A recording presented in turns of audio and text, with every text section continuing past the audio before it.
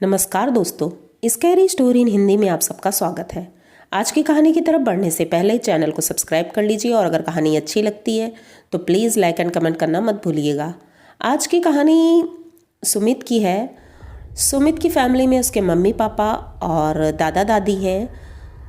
तो happy family है और ये लोग बहुत अच्छे से रहते हैं। गाँव में ही रहते थे और सब कुछ ठीक ठाक था। इनके अच्छे खासे खेत थे और इनके पापा वहीं खेतों में काम करते थे। तो सुमित उस वक्त 9 साल का था जब उसे पहली बार ऐसा एहसास हुआ जो कि किसी नॉर्मल इंसान को नहीं हो सकता है, वही सुमित के साथ हुआ था। और अचानक उनके बाबा की तबीयत ख़राब हो जाती है और उनकी डेथ हो जाती है। डेथ के बाद वो अपने बाबा से वैसे भी बहुत अटैच था। तो जैसे ही उनके बाबा की डेथ होती है वो बहुत रोता रहता था और जब उनकी मिट्टी को ले जाया जाता है तो सुमित बहुत रो रहा था और देख रहा था। तभी अचानक सुमित को दिखता है कि उनके बाबा वहीं थोड़ी दूरी पर एक पेड़ के नीचे खड़े हैं और सुमित को बुला रहे हैं। सुमित उनको देख करके उनकी तरफ बहुत तेज़ी से दौड़ता है। उनकी माँ पकड़ के रोकती हैं कि बेटा रुक जाओ, बेटा रुक जाओ, लेकिन वो किसी की नहीं सुनता है। वो बाबा के पास जाता है और उनसे बात कर रहा था कुछ। इनकी माँ देख रही थी कि ये पेड़ के पास किसी से कुछ बात कर रहा है, लेकिन किसी को कुछ भी नहीं दिख रहा था। थोड़ी देर बाद सुमित वहाँ से आता है और अब उसका रोना एकदम बंद हो गया था। तो सुमित की माँ पूछती है, बेटा कौन था, किससे बात कर रहे थे तुम? तो सुमित ने बोला कि माँ बाबा थे वहाँ पर और बाबा ने बोला है कि बेटा तुम रोना नहीं, क्योंकि तुम रोगे तो मुझे तकलीफ़ होगी और मैं यहाँ से कहीं गया नहीं हूँ, मैं यहीं पर हूँ। तुम जब भी मुझे बुलाओगे तो मैं आ जाऊँगा। तो उनकी माँ बहुत गौर से देख रही थी और यही सोच रही थी कि ऐसा कैसे हो सकता है, क्योंकि वो तो अब इस दुनिया में है नहीं और हमें तो दिख नहीं रहे थे, सुमित को कैसे दिख रहे थे।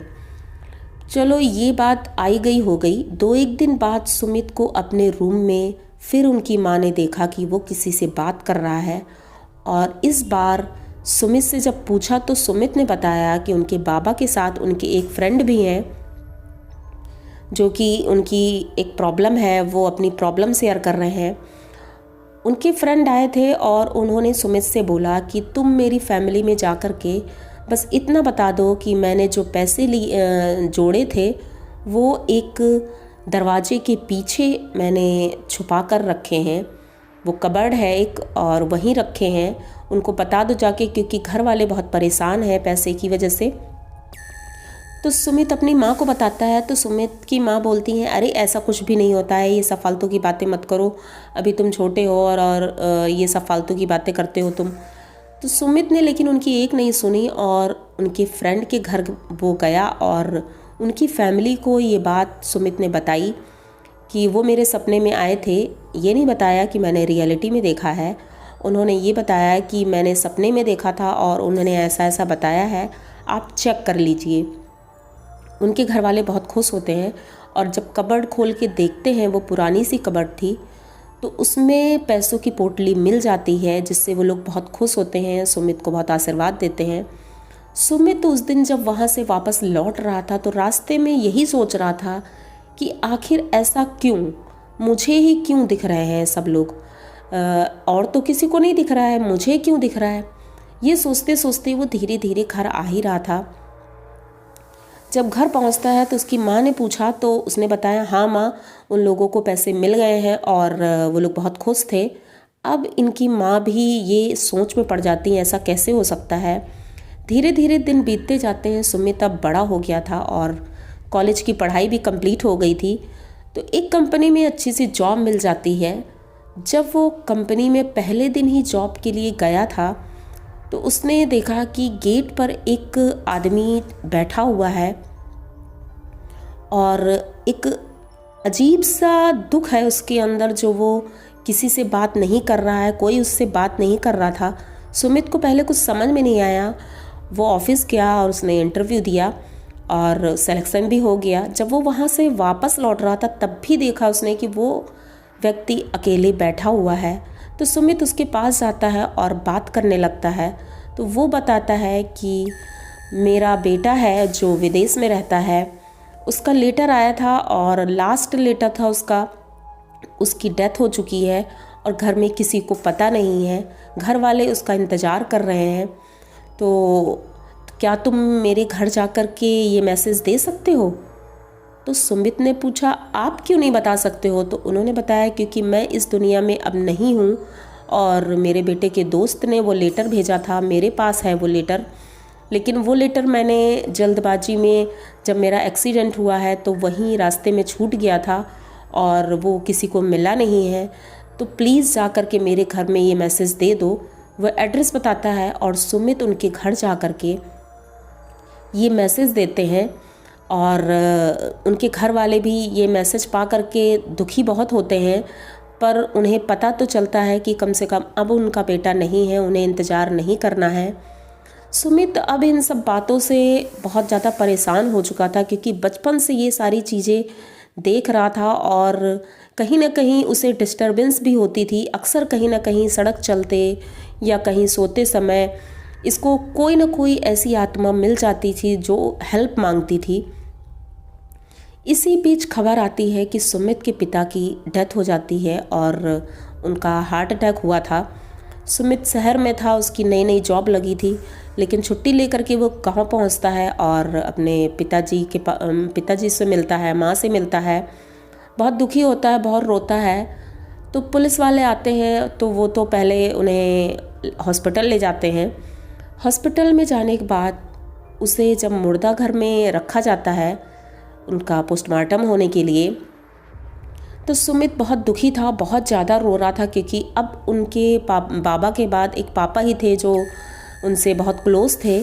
तो सुमित बहुत ज़्यादा रो रहा था और रात हो गई थी मुर्दा घर में बाहर बैठे बैठे। तो वो उनसे रिक्वेस्ट करता है, जो वहाँ पर होते हैं वर्कर, उनसे बोलता है कि मुझे अपने पिता को एक बार और देखना है। तो वो बोलते हैं ठीक है, दरवाज़ा खुला पड़ा है, चले जाओ। तो वो सुमित अंदर जाता है और कोई ध्यान नहीं देता है। सुमित अंदर जब जाता है उसके थोड़ी देर बाद एक दूसरा वर्कर आता है, उसने सोचा अंदर कोई नहीं है, उसने दरवाज़ा बाहर से बंद कर दिया। सुमित अब उस मुर्दा घर में अकेला था और अपने पापा की बॉडी के पास बैठे बैठे बहुत रो रहा था। रोते रोते अचानक से उसे एक आवाज़ सुनाई देती है। एक औरत थी जो रो रही थी बहुत तेज़ी से। तो सुमित इधर उधर देखता है तो वो औरत एक कोने में बैठी होती है और रो रही थी। जैसे ही सुमित धीरे धीरे उसकी तरफ बढ़ता है तो वो सुमित की तरफ देखती है और तेज़ी से रोने लगती है। तो सुमित बोलता है, आप रो मत, क्योंकि मैं आपको देख सकता हूँ और मैं आपकी बातें सुन सकता हूँ, तो आपको क्या प्रॉब्लम है, आप रो क्यों रही हो? तो वो पहले तो बहुत देर तक रोती रहती है, उसके बाद वो बोलती है कि मेरी माँ, जो कि मेरे एक छोटा बेटा है, उसको पालन पोषण वही कर रही हैं और उनके पास पैसे की बहुत परेशानी है। मेरे जो जेवर थे मैंने एक कुएं में डाल दिए थे मरने से पहले और मैंने सुसाइड किया था, क्योंकि मेरा पति मुझे बहुत मारता था, इस वजह से मैंने सुसाइड कर लिया था और अपनी जेवर सारी मैंने उस कुएं में डाल दिए हैं। तो मेरी माँ बहुत परेशान है, तो तुम अगर उन तक ये मैसेज पहुंचा देते हो तुम्हारा बहुत भला होगा। ये सुनकर सुमित अब बहुत परेशान हो जाता है, क्योंकि ऑलरेडी वो बहुत दुखी था, उसके पापा मुर्दा घर में थे। तभी उसे पीछे से बहुत सारे लोगों की रोने की, चीखने की आवाज़ें आने लगती हैं। वो गुस्सा हो जाता है एकदम से और उस औरत से बोलता है कि मैं तुम्हारी कोई हेल्प नहीं कर सकता हूँ, क्योंकि मैं बहुत परेशान हो गया हूँ। मेरे पिताजी नहीं रहे हैं और मैं अपने पिताजी के लिए कुछ नहीं कर सका और अब मैं किसी की कोई हेल्प नहीं करूँगा। इस बात से वो औरत बहुत गुस्सा हो जाती है और पता नहीं कैसे जितने भी मुर्दा घर के मुर्दा थे अचानक से उठ खड़े होते हैं और सभी उसकी तरफ आने लगते हैं। वो इतना चिल्लाता है लेकिन कोई दरवाज़ा नहीं खोलता है। सभी आकर के उसकी तरफ धीरे धीरे बढ़ रहे थे। वो औरत सबसे आगे थी। जैसे ही इसके पास पहुंचने लगते हैं तभी अचानक कोई दरवाज़ा खोल देता है। अब सुमित उस समय एकदम बेहोश हो चुका था और वही मुर्दा घर के अंदर ही पड़ा था। जिसने भी दरवाज़ा खोला था उसने जैसे ही देखा कि यहाँ पर कोई पड़ा है तो वो पूछते हैं आखिर ये इंसान अंदर कैसे आ गया, क्योंकि मैंने तो चेक करके बंद किया था। तो दूसरा बोलता है नहीं, ये अपने पापा से मिलने आया था और मैंने ही इसे अंदर जाने दिया था, लेकिन शायद आपने चेक नहीं किया सही से और ये अंदर ही रह गया था। अब जैसे ही वो वहाँ से उठ के उसको लेके बाहर जाते हैं वो लोग, उसको होश में नहीं लाने की बहुत कोशिश करते हैं। थोड़ी देर बाद उसको जब होश आता है तो वो रो रहा था बहुत ज़्यादा और अपने पिताजी की याद इतनी ज़्यादा आ रही थी कि वो अपने आप को संभाल नहीं पा रहा था। उसको उसके घर भेज दिया जाता है, लेकिन उस रात वो सो नहीं पाया था। बहुत ज़्यादा उसे उलझन हो रही थी और उसे उन्हीं सब के रोने चिल्लाने की आवाज़ें इतनी ज़्यादा आ रही थी कि रात भर सो नहीं सका। सुबह उठता है तो उसकी माँ बोलती है बेटा खाना खा लो। तो वो बोलता है नहीं माँ, मुझे भूख नहीं है। नॉर्मली वो बोल रहा था लेकिन उसने खाना नहीं खाया और अभी अपने बिस्तर पे ही लेटा हुआ था। पूरा दिन गुजर जाता है, वो बिस्तर से नहीं उठता है। और जब उसकी माँ चेक करती है तो देखती है कि सुमित को बहुत तेज़ी से बुखार आ रहा है।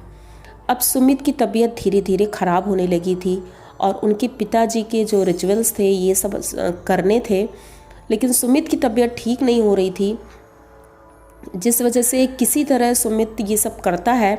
लेकिन अब सुमित बहुत ज़्यादा बीमार रहने लगा था, पूरा शरीर पीला पड़ गया था और इतना कमज़ोर हो गया था और घर वाले बहुत परेशान थे।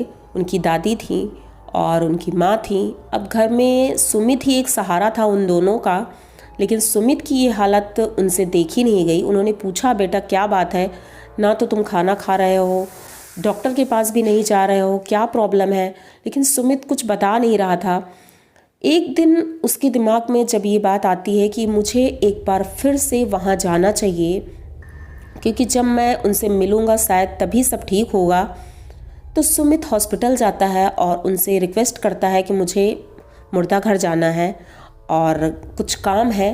तो पहले तो वो लोग मना कर देते हैं क्योंकि ऐसे ही किसी को जाने नहीं देते हैं, लेकिन सुमित जब बहुत रिक्वेस्ट करता है तो सुमित को जाने देते हैं। सुमित जैसे ही मुर्दा घर के अंदर जाता है तो वो औरत अभी भी उसी कोने पर बैठी थी और सुमित को देख करके बहुत तेज़ी से उसकी तरफ दौड़ती है, उसे मारने के लिए उसका गला पकड़ लेती है और सुमित को उठा करके ऊपर दरवाजे के ऊपर चिपका देती है। सुमित ऊपर लटका रहता है और चीखता है कि मैं तुम्हारी हेल्प के लिए तैयार हूँ, मुझे छोड़ दो, मैं तुम्हारी हेल्प करूँगा, लेकिन ये मेरी अंतिम हेल्प होगी, इसके बाद मैं किसी की हेल्प नहीं करूँगा। तो वो बोलती है कि ठीक है, तुम मेरी अगर हेल्प कर दोगे तो मैं तुम्हारा कुछ भी नहीं करूँगी। जैसे ही वो वहाँ से बाहर निकलता है तो जो बाहर बैठे रहते हैं वॉचमैन था वहाँ का, तो वो बताता है कि बेटा तुम यहाँ कैसे आ सकते हो, क्योंकि यहाँ पर इस मुर्दा घर में एक ऐसी आत्मा है जो कि किसी को सुकून से रहने ही नहीं देती है, रात भर चिल्लाती है, रोती है, हम लोगों ने सुना है, और जो भी अंदर जाता है उसे वो परेशान करती है। वो कुछ नहीं बोलता है और चुपचाप वहाँ से चला जाता है। उसके घर जाता है, उसकी माँ से मिलता है उस औरत की, और उसके बेटे से भी मिलता है। उनको बताता है कि तुम्हारे पैसे जेवर सब उस कुएं में हैं। तो वो उनकी जो माँ होती हैं तो वो निकलवा लेती हैं पैसे जेवर, उनको मिल जाते हैं। और जब उसे मिल जाते हैं तब उसी रात सपने में सुमित को वो औरत आती है और बताती है कि ठीक है, तुमने मेरा काम किया है, उसके लिए बहुत बहुत धन्यवाद, और अब मैं यहाँ से मुक्त हो जाऊँगी, क्योंकि इसीलिए मैं इस मुर्दा घर में कब से रह रही थी कि मेरी कोई बात सुन ले, मेरा कोई मैसेज सुन ले, लेकिन कोई सुनने वाला नहीं था, और आज तुमने मेरी इच्छा पूरी की है तो मैं बहुत खुश हूँ और मैं यहाँ से अब जा रही हूँ। उस दिन के बाद से जब सुमित हॉस्पिटल गया और उस प्यून से मिलता है, उससे पूछता है कि क्या अब कुछ दिनों में ऐसी कोई हरकत हुई है, तो वो प्यून बोलता है कि अभी 2 दिन से ऐसा कुछ भी नहीं हुआ है, पता नहीं क्यों। 2 दिन पहले तक तो बहुत ही ज़्यादा हॉस्पिटल के लोग परेशान रहते थे, रात में कोई भी इस मुर्दा घर के बाहर से गुजरता भी नहीं था, और गुजरना क्या, ये सोचिए यहाँ खड़ा रहना ही मुश्किल था। मैं जिस तरह से यहाँ रहता हूँ ये मैं ही जानता हूँ। मैंने ताबीज़ पहन रखा है, इस वजह से मैं यहाँ बैठ पाता हूँ। तो अब ऐसा कुछ भी नहीं है। तो सुमित उसको सारी बात बताता है और ये बोलता है कि अब मैंने ये काम छोड़ दिया है, मुझे आत्माएं दिखती हैं। तभी उसे थोड़ी देर बाद उस मुर्दा घर से 4 लोग बाहर निकलते हुए दिखते हैं और धीरे से उनकी तरफ देखता है और वो मुस्कुरा रहे थे और सुमित की तरफ देखते हुए वो दूसरी तरफ जा रहे थे। सुमित प्यून से बोलता है कि वो देखिए 4 लोग अभी मुर्दा घर से बाहर निकल कर के गए हैं और मैंने उन्हें अच्छी तरह से देखा है, वो मुस्कुरा रहे थे। तो प्यून देख करके एकदम दंग रह जाता है, ऐसा कैसे हो सकता है, मैं तो यहाँ बैठा हूँ, मुझे तो कोई दिखा नहीं, सुमित को कैसे दिख गया। लेकिन सुमित वहाँ से हंसते हुए बाहर निकल जाता है और बोलता है कि अब मैंने ये सब छोड़ दिया है, अब मैं किसी की हेल्प नहीं करूँगा और मैं सिर्फ भगवान की बात सुनूंगा और किसी की बात नहीं सुनूंगा। घर जाता है, भगवान की पूजा करता है और अब उसकी तबीयत बिल्कुल ठीक थी, क्योंकि शायद उसी औरत का प्रकोप था जिस वजह से ये इतने दिनों से परेशान था। सुमित अब ठीक है, उसकी फैमिली में और सब लोग अब ठीक हैं। सुमित ने अपनी जॉब भी ज्वाइन कर ली है और सब कुछ अच्छे से हो रहा है। तो ये कहानी सुमित ने ही हमें भेजी थी। आई होप आप सबको पसंद आई होगी। अगर पसंद आई हो तो प्लीज़ चैनल को सब्सक्राइब करिए, लाइक कमेंट करिए, शेयर करिए।